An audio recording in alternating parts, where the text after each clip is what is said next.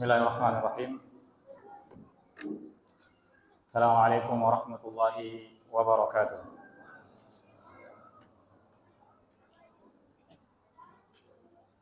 Innal hamdalillah nahmaduhu wa nasta'inuhu wa nastaghfiruh wa na'udzu billahi min shururi anfusina wa min sayyiati a'malina.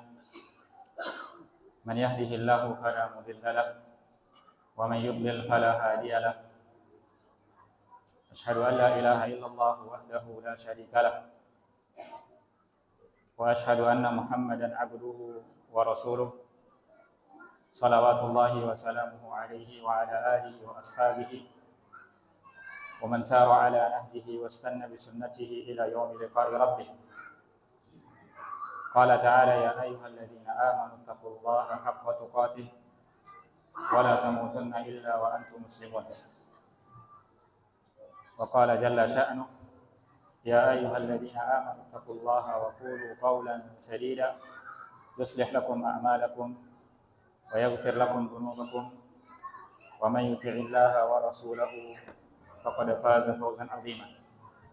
Ala fa inna asdaqal hadithi kitabullah wa khairal huda huda Muhammadin sallallahu alaihi wasallam wa syarrul umuri muhdatsatuha fa inna kulla muhdatsatin fid din bid'ah wa kulla bid'atin dhalalah wa kulla dhalalatin fin nar, amma ba'd. Jamaah kaum muslimin, para ikhwan dan akhwat yang semoga dirahmati dan diberkahi oleh Allah Subhanahu wa taala. Alhamdulillah, segala puji bagi Allah Subhanahu wa taala atas segala limpahan rahmat, nikmat dan karunia-Nya kepada kita bersama. Sehingga pada malam yang berbahagia ini kita bisa berkumpul di salah satu rumah Allah Subhanahu wa taala dalam rangka menuntut ilmu dan mempelajari agama Allah Subhanahu wa taala. Yang mana itu adalah pertanda bahwasanya Allah Subhanahu wa taala menginginkan kebaikan bagi kita semua. Karena kebaikan itu hanya didapatkan dengan mempelajari agama Allah Subhanahu wa taala, dan disitulah Allah meletakkan kebaikan kehidupan seorang muslim. Dalam sebuah hadis yang masyhur di mana Nabi SAW bersabda, "Man yuridillahu bihi khairan yufaqihu fid din." Siapa saja yang Allah inginkan kebaikan bagi dirinya, maka Allah akan berikan ia pemahaman tentang agama. Artinya kebaikan dalam kehidupan kita itu didapatkan dengan pemahaman agama yang baik. Karena kita dituntut untuk beramal, dituntut untuk beribadah. Dan memang itulah tugas kita sebagai manusia. Dan untuk melakukan itu harus didasari atas dasar ilmu yang benar. Sehingga landasan dalam beramal, landasan dalam berbuat adalah ilmu.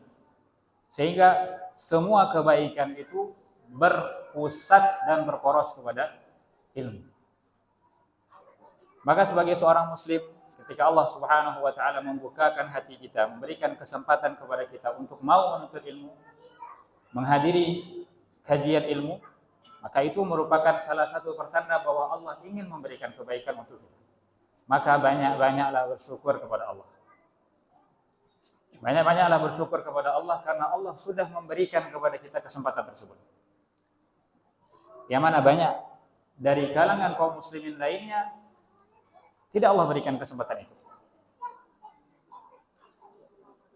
Maka banyak-banyaklah bersyukur kepada Allah Subhanahu wa taala. Kemudian salawat beserta salam semoga selalu tercurahkan kepada baginda Nabi Muhammad sallallahu alaihi wasallam. Begitu juga kepada keluarga beliau, para sahabat beliau, dan orang-orang yang mengikuti jalan beliau hingga hari kiamat kelak. Para ikhwan dan akhwat yang semoga dirahmati oleh Allah Subhanahu wa taala. Sebenarnya agak sungkan juga mengisi kajian di sini, apalagi dihadiri oleh guru kita ya, Ustaz Hafizahullah taala. Karena ya mau bagaimanapun tentu beliau lebih berilmu, lebih berpengalaman dibandingkan anak secara pribadi.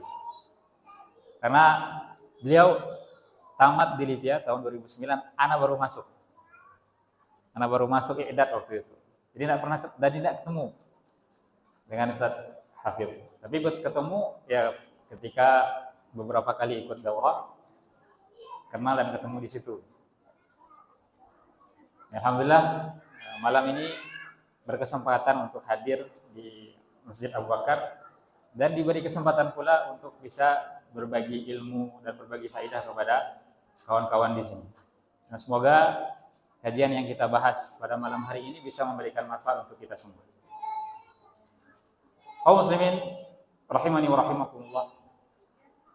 Salah satu kisah yang banyak faedahnya, banyak manfaatnya, banyak hikmahnya yang bisa kita ambil adalah kisah yang diriwayatkan oleh Imam Bukhari, begitu juga oleh Imam Muslim, tentang wafatnya Abu Talib, paman Nabi Muhammad sallallahu alaihi wasallam.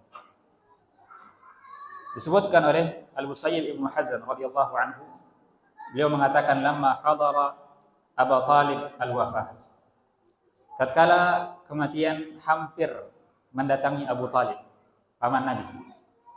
Ja'ahu Rasulullah sallallahu alaihi wasallam fawajada 'indahu Aba Jahl wa Abdullah ibn Abi Umayyah.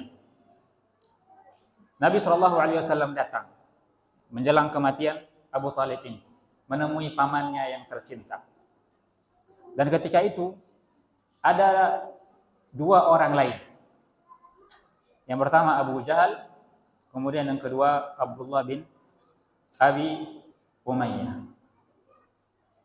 Tiga orang dengan yang meriwayatkan hadis yaitu Al-Musayyib Ibnu Hazan.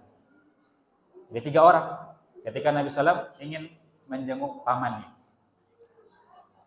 Dan ketika di penghujung hayat tersebut Nabi SAW tetap berupaya agar pamannya ini mau masuk Islam. Karena bisa dikatakan beliau atau Abu Talib ini adalah orang yang paling besar jasanya untuk Nabi SAW. Kata Nabi SAW kepada pamannya, ya am, wahai pamanku, qul la ilaha illallah, ucapkanlah la ilaha illallah. Kalimatun uhaddu laka biha indallah. Kalimat yang nanti akan aku jadikan pembelamu di hadapan Allah Subhanahu wa taala. Sebuah kalimat sederhana yang nanti akan aku jadikan sebagai argumen, sebagai hujjah untuk membelamu kelak di hadapan Allah Subhanahu wa taala. Faqala Abu Jahl wa Abdullah ibn Abi Umayyah. Kemudian dua orang tadi, Abu Jahal dan Abdullah bin Abi Umayyah mengatakan, ya Aba Talib, wahai Abu Talib, atarghab an millati Abdul Muttalib. Apakah kamu tidak senang? Apakah kamu tidak suka dengan agama ayahmu Abdul Muttalib? Falam yazal Rasulullah sallallahu alaihi wasallam ya'riduha alaihi. Dan Nabi SAW terus menawarkan kalimat tadi. Terus mengucapkan kalimat tadi kepada paman beliau di penghujung hayatnya, di penghujung nafasnya. Wahai pamanku, ucapkanlah kalimat la ilaha illallah, yang mana kalimat itu akan aku jadikan pembela, argumen di hadapan Allah untuk membelamu nanti. Dan di saat yang sama, wa yu'idanihi bitilkal maqalah. Dua orang tadi tetap membujuk dengan kalimat yang sama. Atarghabu an millati Abdul Muttalib. Apakah engkau tidak suka, apakah engkau benci dengan agama Abdul Muttalib? Hatta kana akhir maqal, sampai kalimat terakhir yang diucapkan oleh Abu Talib. Kalimat terakhir yang ia sampaikan dengan lisannya, huwa ala millati Abdul Muttalib. Bahwa dia tetap berada di atas agama Abdul Muttalib. Wa aba an yaqula la ilaha illallah, dan enggan untuk mengucapkan kalimat la ilaha illallah. Akhirnya Nabi SAW ketika melihat pamannya yang tercinta wafat dalam keadaan seperti itu, beliau mengatakan, ama wallahi, demi Allah, la astaghfiranna laka ma lam unha an dzalik. Demi Allah, aku akan memohonkan ampunan untukmu selama aku belum dilarang. Selama belum ada larangan dari Allah Subhanahu wa taala. Langsung turun larangan dari Allah Subhanahu wa taala, di mana Allah menurunkan ayat, makana lin nabi walladzina amanu an yastaghfiru lil musyrikin. Tidak sepatutnya bagi seorang nabi dan bagi orang-orang beriman untuk memohonkan ampunan bagi orang-orang musyrik. Maksudnya yang mati dalam kesyirikan tersebut. Tidak pantas bagi seorang nabi dan bagi orang-orang beriman untuk memohonkan ampunan bagi orang-orang musyrik. Kemudian juga turun firman Allah Subhanahu wa taala, "Innaka la tahdi man ahbabta, walakinallaha yahdi man yasha." Sesungguhnya wahai Muhammad, sesungguhnya engkau tidak bisa memberikan petunjuk kepada orang-orang yang engkau cintai, akan tetapi Allah lah yang memberikan petunjuk kepada siapapun yang Ia kehendaki. Jamaah kaum muslimin rahimani wa rahimakumullah. Jika kita bicara tentang Abu Thalib, maka kita akan bicara tentang sosok yang paling penting dalam perjalanan kehidupan Nabi Muhammad SAW. Kita tahu Nabi Muhammad lahir dalam keadaan yatim. Di usia 6 tahun, beliau kehilangan ibunya. Kemudian dirawat oleh kakeknya Abdul Muttalib selama 2 tahun sampai usia 8 tahun. Setelah itu, dari usia 8 tahun itu, Nabi Muhammad SAW diasuh oleh pamannya, didampingi oleh pamannya Abu Thalib. Dan boleh kita katakan tentu Abu Thalib ini ya mungkin bisa dikatakan sebagai pengganti ayah bagi Nabi SAW. Dan Abu Thalib pun menunjukkan cintanya yang sangat besar kepada Nabi Muhammad SAW. Bahkan ketika Nabi SAW diangkat menjadi seorang Rasul, berdakwah di kota Mekah, cinta tersebut tidak pernah berkurang. Cintanya kepada keponakannya tersebut tidak pernah berkurang.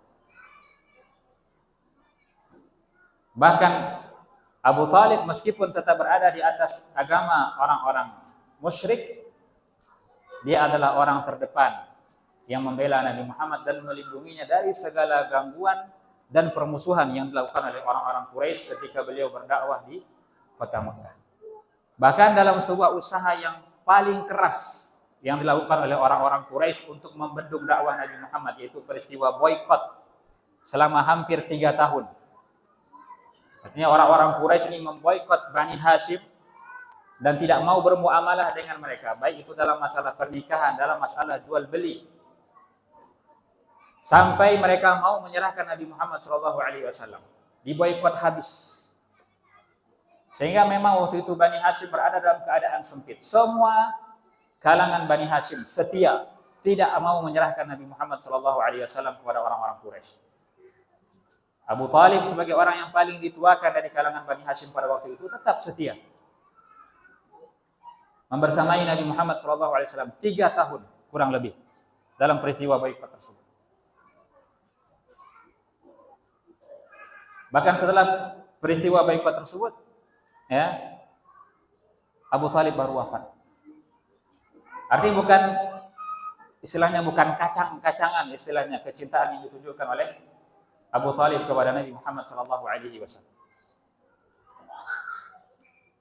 Wah, ini kisah yang sangat luar biasa, kecintaan yang sangat luar biasa dari Abu Thalib kepada keponakannya. Dan Nabi SAW sangat berkeinginan bahwa kebersamaannya dengan Abu Thalib tidak hanya di dunia saja.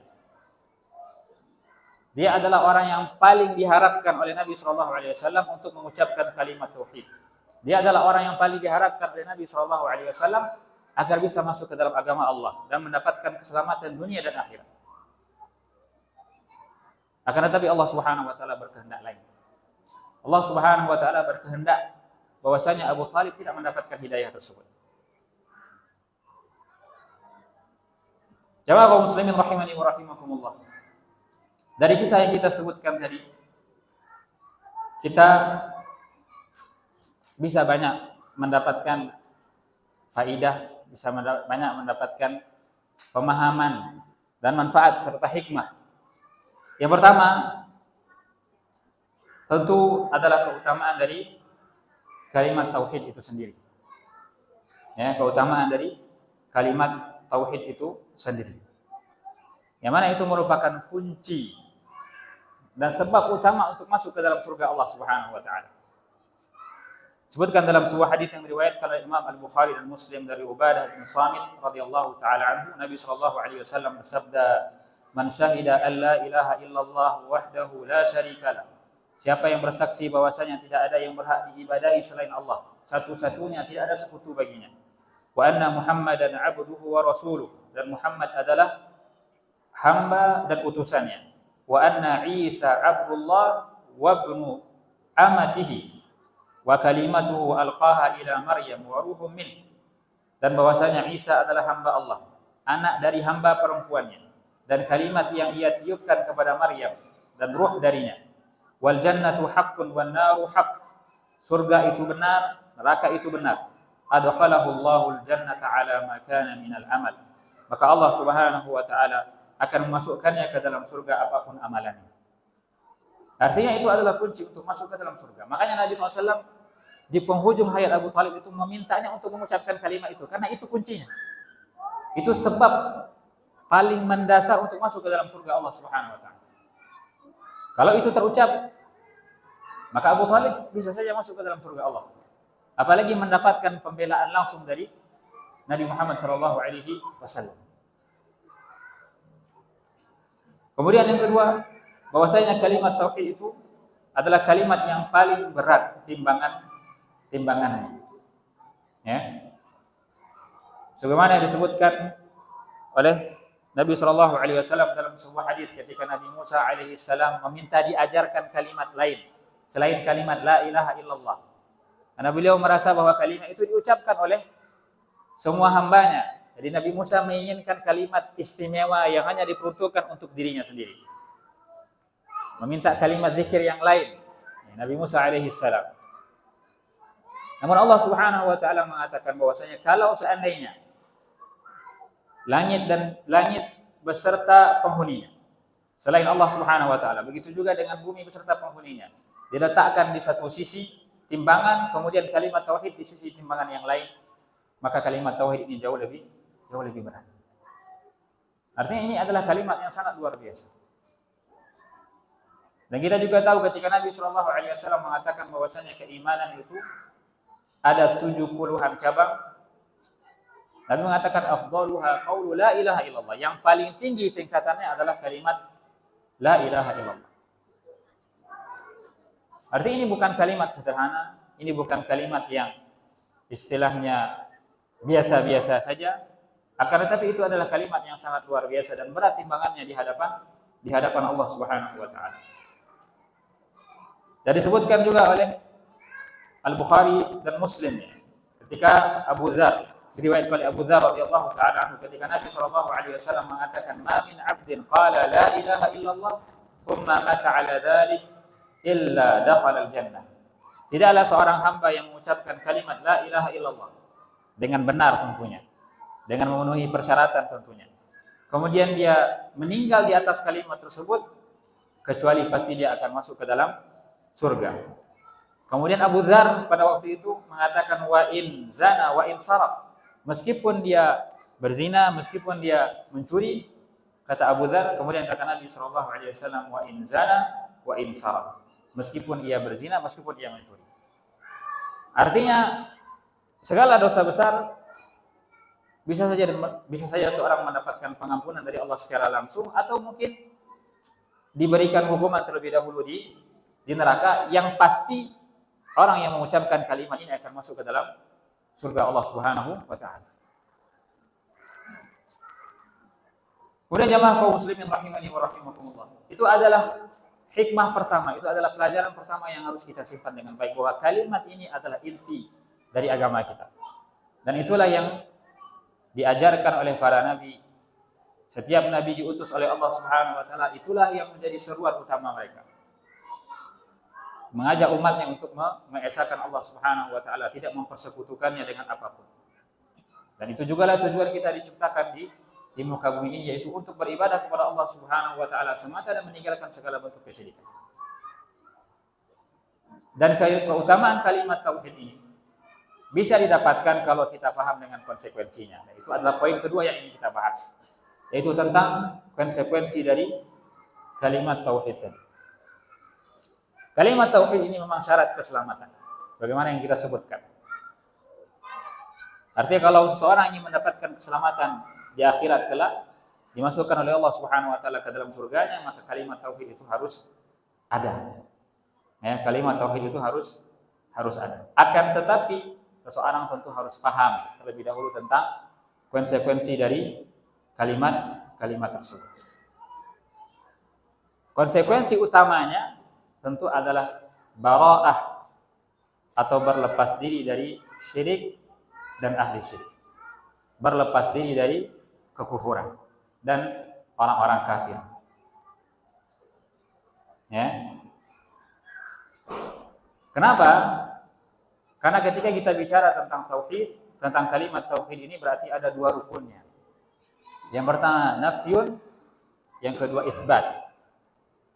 La ilaha berarti kita menafikan segala sesembahan selain Allah Subhanahu wa taala. Kita menafikan segala jenis sesembahan apapun itu. Meyakini kebatilan segala jenis sesembahan. Kemudian itsbat yaitu penetapan bahwasanya yang berhak untuk diibadahi hanya Allah Subhanahu wa taala semata. Dua-duanya harus ada baru dikatakan bahwasanya kalimat tauhid itu benar. Kita menafikan segala jenis atau menafikan segala sesembahan selain Allah. Kita nyatakan bahwa segala jenis atau segala hal yang diibadahi selain Allah Subhanahu wa taala itu batil. Kemudian kita menetapkan bahwa satu-satunya yang berhak diibadahi hanyalah Allah Subhanahu wa taala. Dan konsekuensi dari kalimat ini salah satunya adalah berlepas diri dari orang-orang musyrik. Berlepas diri dari kesyirikan mereka dan meyakini bahwasanya mereka tidak akan mendapatkan keselamatan sampai mereka mengucapkan kalimat tauhid. Siapapun itu, apapun keyakinannya.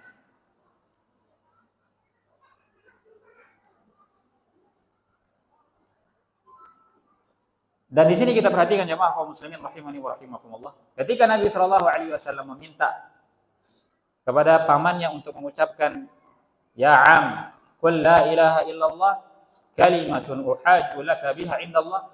Wahai pamanku, ucapkanlah kalimat ini, kalimat la ilaha illallah ini, yang mana kalimat itu akan aku jadikan sebagai pembelamu kelak di hadapan Allah Subhanahu wa taala. Abu Jahal dan Abdullah bin Abi Umayyah mengatakan, atarghabu an millati Abdul Muttalib? Apakah engkau benci dengan agama Abdul Muttalib? Kenapa dia ucapkan kalimat itu? Kenapa kalimat itu yang dipilih oleh Abu Jahal dan Abdullah bin Abi Umayyah?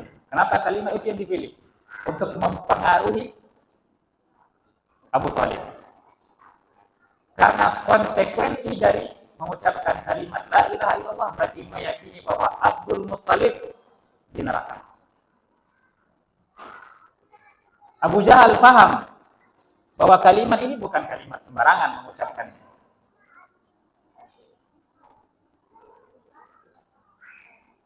Ya, Abdullah bin Abi Umayyah paham kalau mengucapkan kalimat ini konsekuensinya berat. Berarti nenek moyang kita di neraka semua yang berada di atas kesyirikan, termasuk bapakmu Abdul Muttalib, karena dia mati dalam keadaan kesyirikan.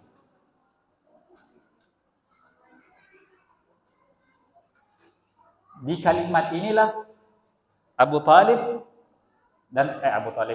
Jahal dan Abdullah bin Abi Umayyah mempengaruhi keputusan Abu Talib. Meskipun Abu Talib secara terang sudah beberapa kali menyatakan bahwasanya agama yang dibawa oleh Nabi Muhammad SAW adalah agama yang benar. Dia istilahnya itsbatnya ada, nafinya nggak ada. Dia mengakui bahwa agama yang dibawa oleh Nabi Muhammad adalah agama yang benar, agama terbaik. Tapi dia tidak berani untuk menafikan agama nenek moyangnya. Tidak mau dia berlepas diri dari agama nenek moyang. Sehingga itu yang membuat Abu Talib enggan untuk mengucapkan kalimat la ilaha illallah. Karena konsekuensinya yang terbayang olehnya ketika mengucapkan kalimat itu berarti secara otomatis benci dengan agama Abdul Muttalib. Itu konsekuensi yang tidak bisa dihindari. Dan itu terasa berat olehnya. Ya, terasa berat olehnya. Makanya kalimat seperti ini yang juga sering disebutkan oleh Allah Subhanahu wa taala. Bara'ah ini, berlepas diri ini sering juga disebutkan oleh Allah Subhanahu wa taala dalam berbagai ayat yang menunjukkan bahwa itulah hakikat dari tauhid tersebut. Bahwa kita berlepas diri dari segala kesyirikan dan ahli syirik, berlepas diri dari kekufuran dan orang-orang kafir. meyakini kebatilan agama mereka, meyakini bahwasanya mereka adalah penduduk neraka kalau seandainya mereka meninggal dalam keadaan seperti itu. Allah Subhanahu wa taala menyebutkan dalam surat Al-Mumtahanah tentang Nabi Ibrahim alaihissalam dan kaumnya, di mana Allah Subhanahu wa taala mengatakan qad kanat lakum uswatun hasanah fi Ibrahim walladzina ma'ahu. Sungguh telah terdapat teladan yang baik bagi kalian pada Ibrahim dan orang-orang yang bersamanya. Idh qalu liqaumihi inna bura'a'u minkum wa mimma ta'buduna min dunillah. Tatkala mereka berkata kepada ahli syirik, orang-orang yang terjatuh kepada kesyirikan, sesungguhnya kami berlepas diri dari kalian dan dari apa yang kalian sembah selain Allah Subhanahu wa taala.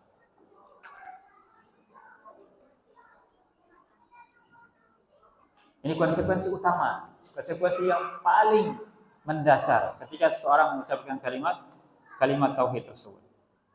Maka juga disebutkan oleh Allah Subhanahu wa taala dalam surat yang lain, dalam surat Al-Mujadalah ayat ke-22, Allah mengatakan la tajidu qauman yu'minuna billahi wal yaumil akhir yuwadduna man haddallaha wa rasulah. Kalian tidak akan mendapati orang-orang yang beriman kepada Allah dan hari akhir berkasih sayang dengan orang-orang yang menentang Allah dan Rasulnya. Tidak akan mungkin.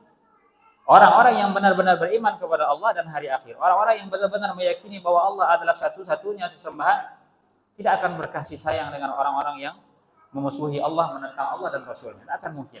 Tidak akan mungkin digabungkan kedua hal tersebut. Walau kanu aba'ahum au abna'ahum au ikhwanahum au asyiratahum, meskipun orang-orang tersebut adalah bapak-bapak mereka, anak-anak mereka, saudara-saudara mereka, ataupun kerabat-kerabat mereka. Ya. Jadi memang tauhid ini, kalimat tauhid ini menuntut loyalitas penuh, kesetiaan penuh kepada Allah Subhanahu wa taala, dan menuntut untuk bara'ah, berlepas diri kepada syirik dan ahli syirik. Namun Abu Thalib itu yang berat lagi. Itu yang membuatnya enggan untuk mengucapkan hal tersebut. Kemudian Allah Subhanahu wa taala juga menyebutkan dalam surat Al-Baqarah ayat 256 setelah ayat kursi. Allah mengatakan faman yakfur bit-taghut wa yu'min billahi faqad istamsaka bil 'urwatil wuthqa lam fisama laha wallahu samiun alim. Barang siapa yang kufur kepada taghut dan beriman kepada Allah. Jadi dua-duanya harus ada. Kufur kepada taghut dan iman kepada Allah Subhanahu wa taala. Dan cukup hanya beriman kepada Allah saja. Baru orang tersebut faqad istamsaka bil 'urwatil wuthqa lam fisama laha. Maka sungguh ia telah berpegang pada tali Allah yang sangat kuat yang tidak akan putus. Jadi tali Allah Subhanahu wa taala itu menuntut kepada kita dua hal tadi. Penafian, yaitu kufur kepada taghut, sesembahan selain Allah Subhanahu wa taala, kemudian beriman kepada Allah satu-satunya. Baru dikatakan kita telah berpegang teguh dengan tali Allah Subhanahu wa taala yang kuat yang tidak akan putus.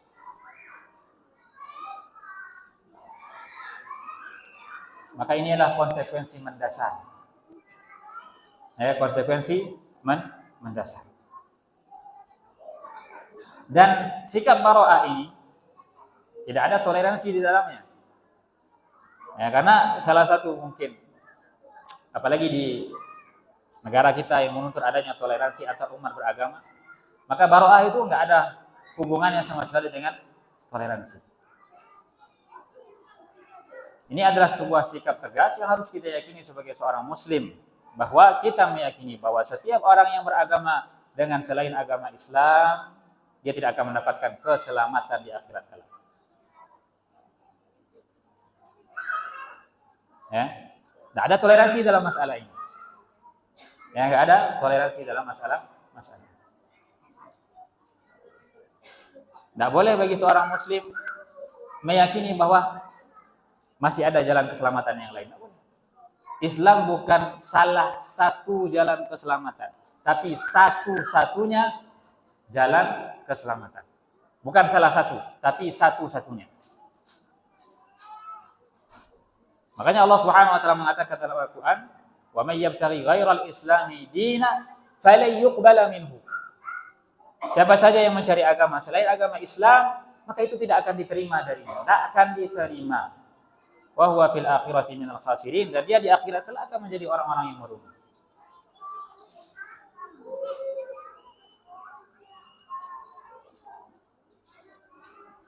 Maka sekali lagi jamaah kaum muslimin, para ikhwan dan akhwat yang semoga dirahmati oleh Allah Subhanahu wa taala, inilah hal yang paling mendasar yang harus sering-sering kita ulang. Kenapa? Karena sekali lagi terkadang sebagian orang menganggap bahwasanya agama ini adalah pemecah belah istilahnya. Tapi mau bagaimanapun konsekuensi dari meyakini suatu keyakinan berarti membatalkan keyakinan yang bertentangan dengan keyakinan tersebut. Tidak mungkin dicampur aduk. Tidak mungkin kita meyakini bahwa Islam itu benar, kemudian agama yang lain juga benar. Tidak mungkin kita meyakini bahwa Allah itu adalah sesembahan yang benar, sesembahan yang lain juga benar. Tidak mungkin. Tidak mungkin hal seperti itu kita yakini. Karena secara tidak langsung ketika kita meyakini hal seperti itu, sama saja kita membatalkan asas keislaman itu sendiri. Di mana asas dari keislaman tersebut adalah meyakini bahwasanya Allah Subhanahu wa taala adalah satu-satunya sesembahan yang berhak diibadahi, tidak ada selainnya.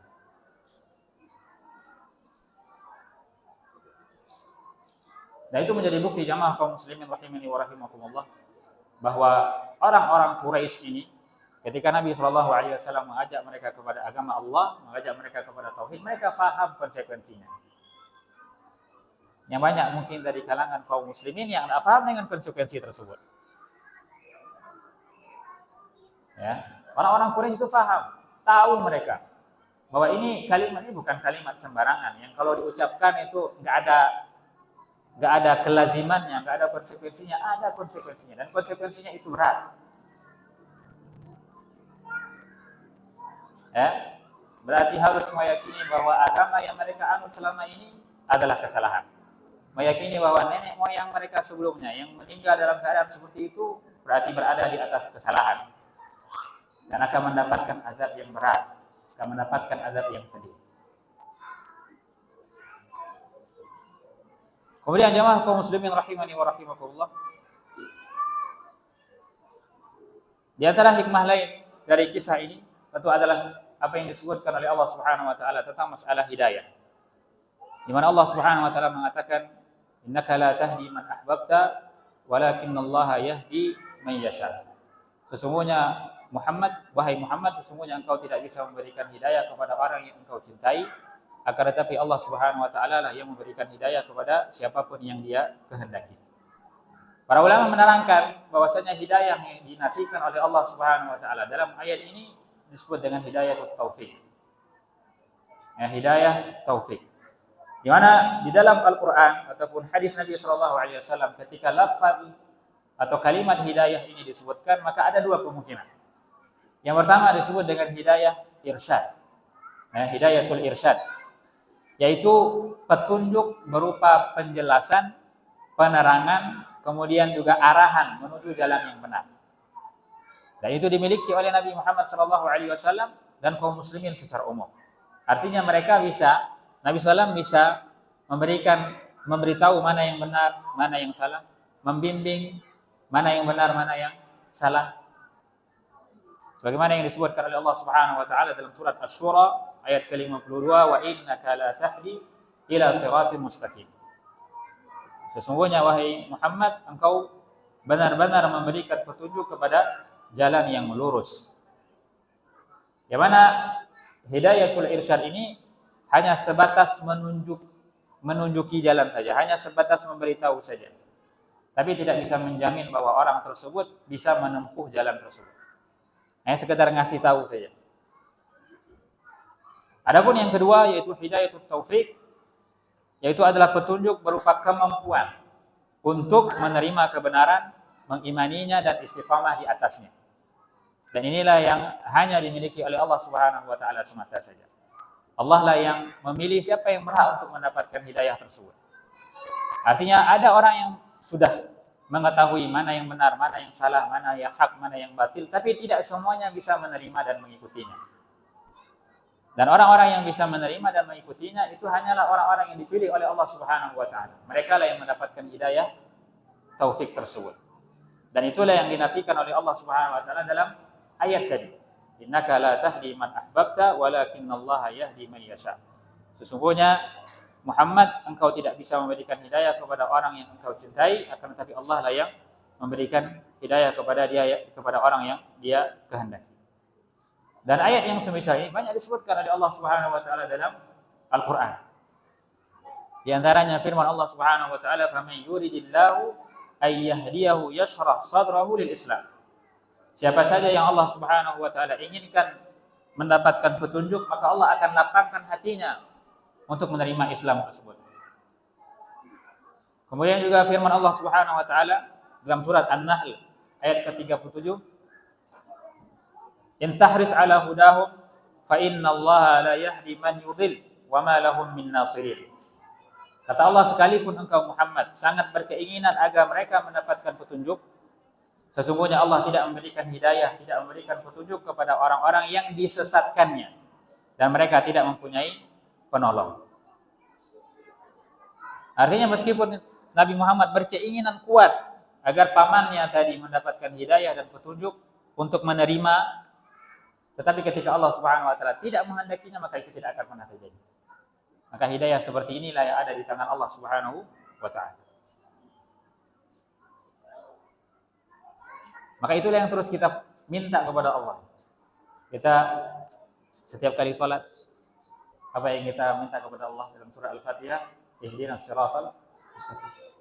Ya Allah, tunjukilah kami jalan yang lurus, berikanlah hidayah kepada kami kepada jalan yang lurus. Yang kita minta tersebut adalah hidayah taufik, agar kita mau menerimanya, mau menjalankannya, dan mau istiqamah di atasnya. Karena menjalankan agama ini itu berat, karena dia berseberangan dengan hawa nafsu manusia. Allah lah yang memberikan kemudahan, Allah lah yang memberikan kelapangan hati, Allah lah yang memberikan petunjuk agar kita mau menerimanya. Makanya tadi kita katakan di awal pertemuan, banyak-banyak bersyukur kepada Allah. Allah memilih kita untuk bisa menerima hidayah tersebut. Betapa banyak orang yang mungkin sudah disuapkan ke dalam telinganya berbagai ayat, berbagai hadis, tapi mental semua. Allah memilih orang-orang tertentu sesuai dengan kehendaknya untuk mendapatkan hidayah tersebut. Maka kita minta kepada Allah Subhanahu wa taala hidayah itu.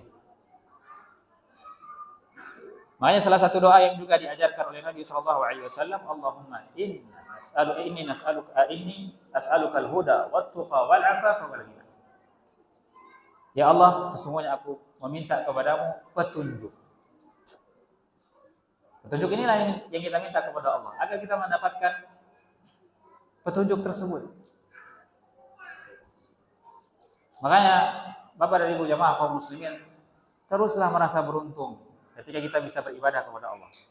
Teruslah merasa bersyukur ketika kita bisa menunaikan tugas kita sebagai seorang hamba kepada Allah Subhanahu wa taala. Karena itu murni bimbingan dan kemudahan yang diberikan oleh Allah Subhanahu wa taala. Kalau Allah tidak berkehendak, kita tidak akan bisa mendapatkan kemudahan tersebut.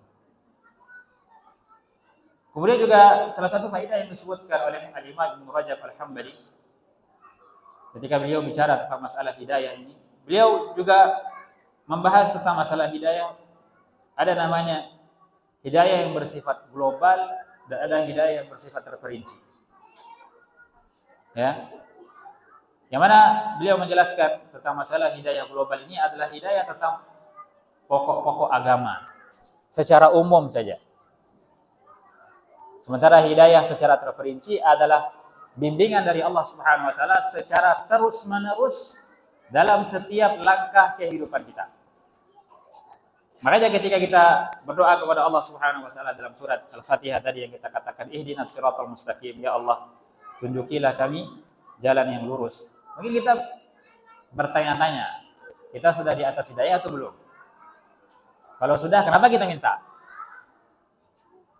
Ya.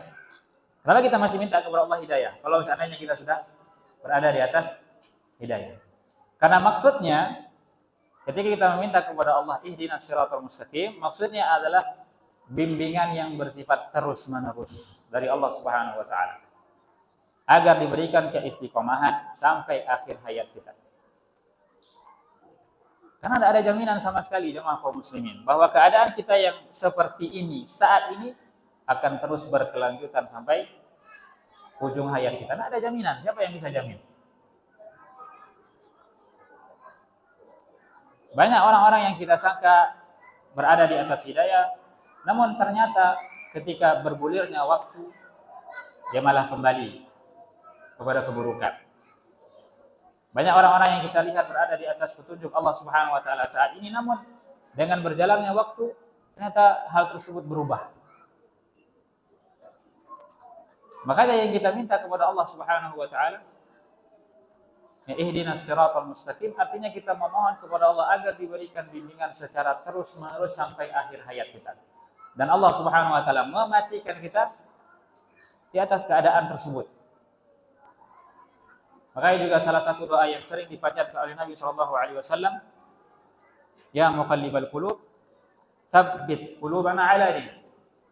Wahai zat yang membolak-balikkan hati, kokohkanlah hati kami, tetapkanlah hati kami di atas agamamu. Makanya ketika Nabi SAW sering membaca doa itu, para sahabat bertanya, ya Rasulullah, engkau masih khawatir kepada kami? Maksudnya kenapa doa ini sering diucapkan? Kan kita sudah berada di atas agama Islam, sudah berada di atas hidayah. Kenapa doa seperti ini masih juga terus diminta? Kenapa harus dimintakan keistiqomahan? Kenapa selalu dimintakan kekokohan hati? Bukankah sekarang sudah di atas petunjuk, sudah di atas hidayah? Nabi SAW kemudian mengatakan kepada para sahabat, inna quluba bani Adam kulliha baina usbu'aini min asabi'ir rahman. Sesungguhnya hati-hati anak Adam tersebut berada di antara dua jemari Allah Subhanahu wa taala, yusarrifuhu haitsu yasha. Allah bisa saja membolak-balikkannya sesuai dengan kehendaknya. Kalau Allah mau menyesatkan seorang, sudah pasti tersesat. Yang tidak disangka-sangka akan tersesat juga. Makanya kita memohon kepada Allah keistiqomahan tersebut. Memohon bimbingan terus. Jangan sampai Allah Subhanahu wa taala meninggalkan kita sekejap mata. Ya, jangan sampai Allah Subhanahu wa taala meninggalkan kita sekejap mata. Kita berharap kepada Allah tetap memberikan bimbingan kepada kita terus menerus. Sudah azan. Sudah selesai.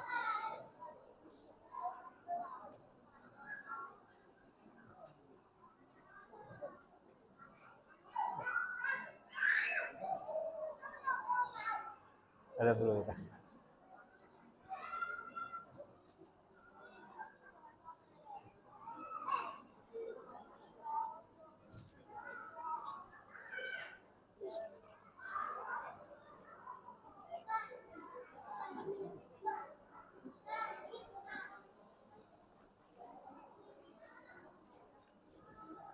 Baik, jamaah kaum muslimin, para ikhwan dan akhwat yang semoga dirahmati oleh Allah Subhanahu wa taala.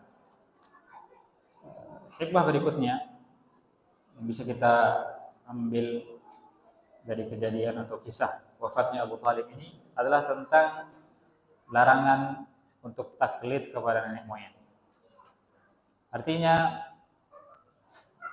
menjadikan nenek moyang sebagai argumen dalam beragama itu sudah argumen klasik dari zaman dahulu.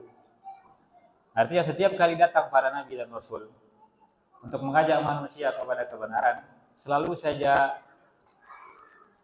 tradisi, selalu saja adat nenek moyang ini menjadi alasan untuk menolak. Allah Subhanahu wa taala berfirman dalam surat Al-Baqarah ayat ke-170, wa idza qila lahum ittabi'u ma anzalallah, tatkala dikatakan kepada mereka, ikutilah apa yang Allah turunkan.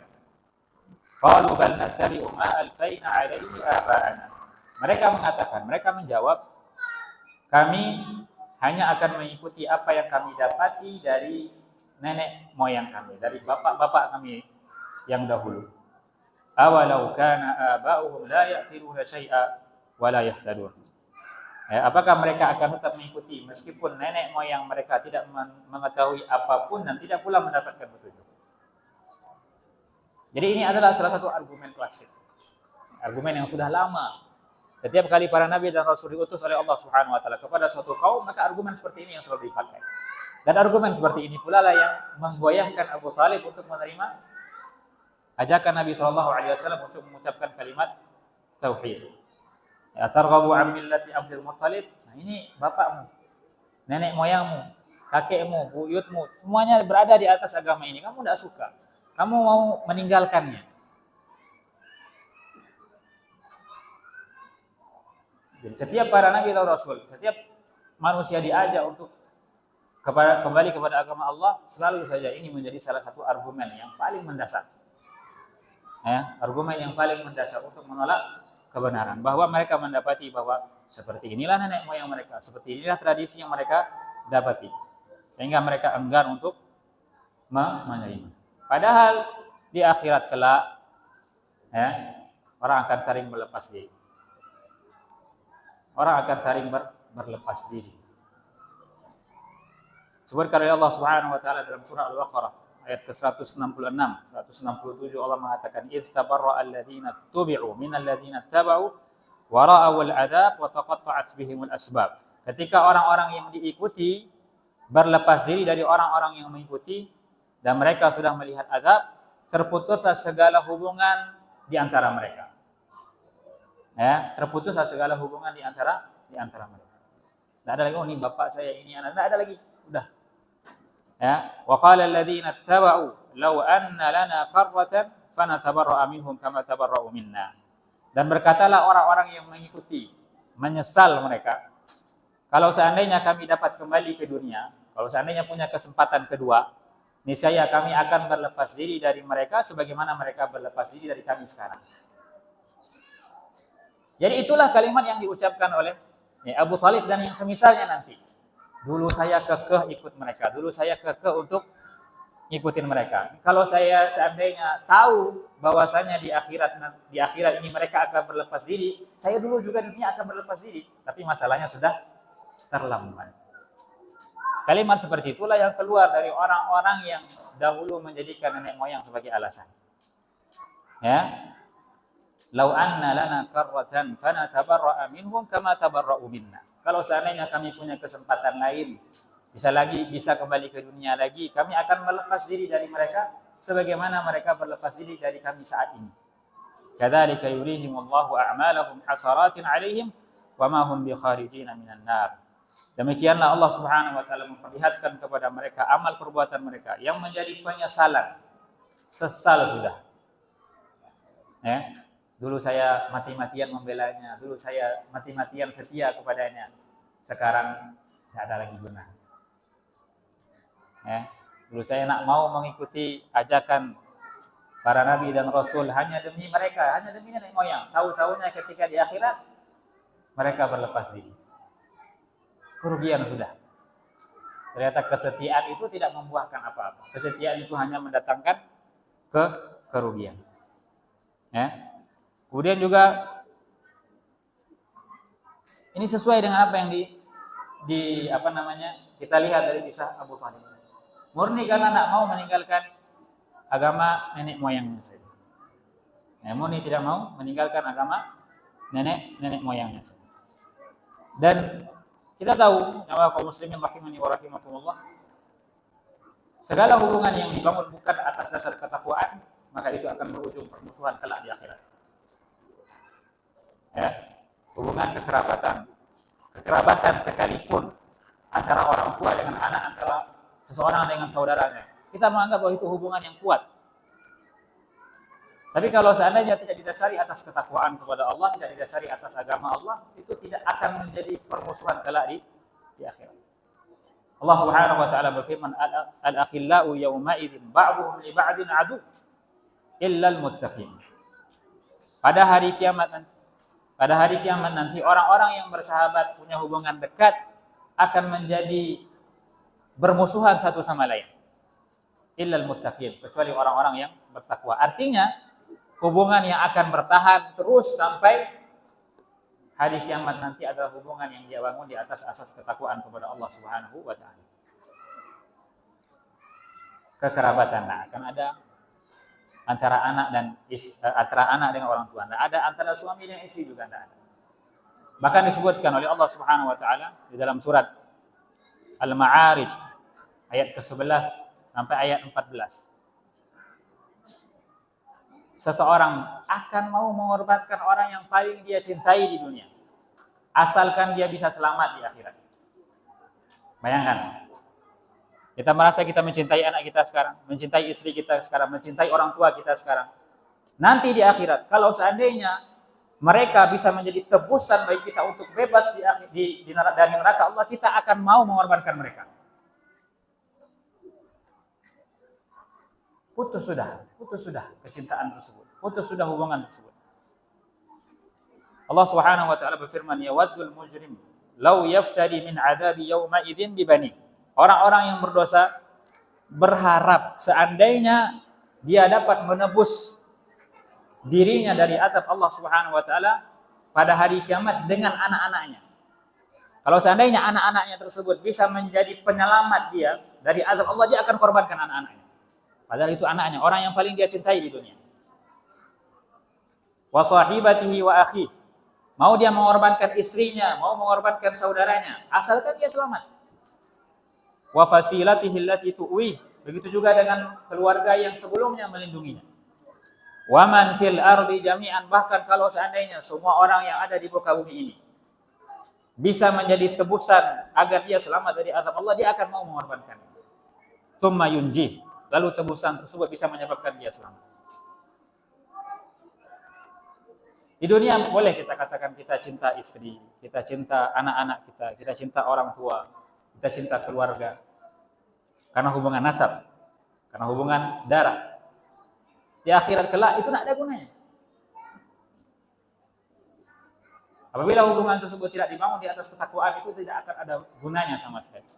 Bahkan kita mau mengorbankan mereka, orang-orang terdekat kita, orang-orang yang kita paling cintai di dunia kalau ditanya, untuk mendapatkan keselamatan di akhirat kelak. Maka jamaah kaum muslimin rahimani wa rahimakumullah, Allah Subhanahu wa taala lah yang seharusnya menjadi acuan kita dalam mencintai.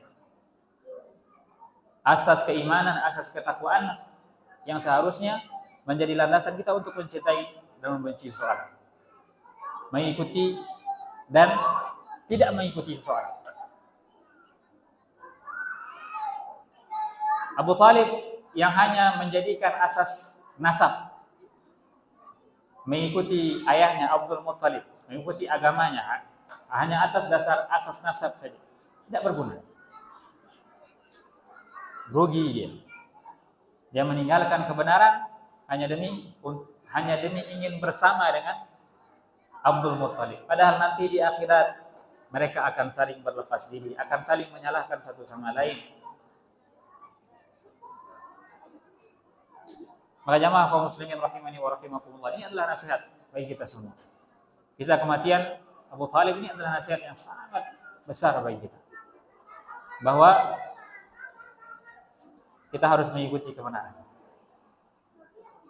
Kalau memang faktanya, kan sebagian dari orang lain kalau misalnya diajak kepada kebenaran, selalu saja berpikir kalau seperti itu berarti bapak saya salah selama ini, ibu saya salah selama ini, kakek saya. Ya kalau memang itu faktanya harus bagaimana lagi? Kalau memang itu faktanya ya harus bagaimana lagi? Banyak orang kita dapati misalnya seperti di zaman kita sekarang, masa iya orang agama lain sudah berbuat baik begini, sudah menyumbang ini, sudah melakukan ini, masuk neraka. Ya kalau memang faktanya begitu ya harus bagaimana lagi? Itu konsekuensi dari keimanan. Itu konsekuensi dari keimanan kepada Allah Subhanahu wa taala.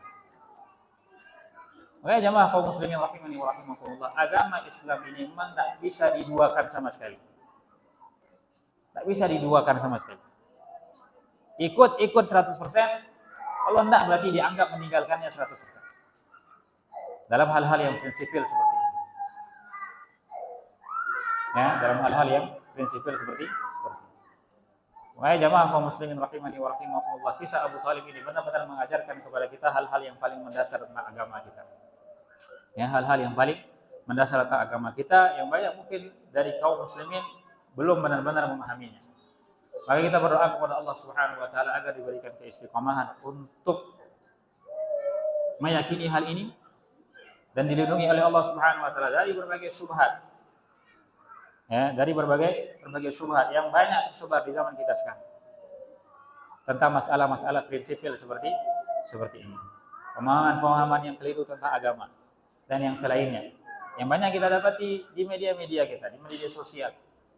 Bahkan kisah-kisah yang semisal ini banyak dijadikan sebagai ya istilahnya orang kadang-kadang bikin film ya tentang masalah ini untuk mengaburkan kebenaran tentang agama Allah Subhanahu wa taala. Karena memang kita akui bahwasanya agama Islam ini adalah agama yang tidak bisa diajak kompromi. Iya, enggak. Dalam hal-hal yang bersifat prinsipil, agama Islam memang tidak ada komprominya sedikit. Maka jamaah kaum muslimin rahimani wa rahimakumullah, kita memohon kepada Allah Subhanahu wa taala agar diberikan keistiqomahan, ditetapkan hati kita di atas petunjuknya, dilindungi kita dari berbagai syubhat yang akan merusak keimanan kita kepada Allah Subhanahu wa taala. Baik jamaah kaum muslimin rahimani wa rahimakumullah, mungkin ini yang bisa kita bahas pada malam hari ini. Semoga bisa memberikan manfaat kepada kita semua, menambah keimanan kita dan menjadikan kita muslim yang lebih baik ke depannya. Dan semoga Allah Subhanahu wa taala memberikan keistiqomahan kepada kita hingga akhir hayat kelak. Wallahu taala a'la wa a'lam. Wa sallallahu ala nabiyyina Muhammadin wa ala alihi wa sallam. Subhanakallahumma wa bihamdika asyhadu an la ilaha illa anta astaghfiruka wa atubu ilaik. Wassalamu alaikum warahmatullahi wabarakatuh.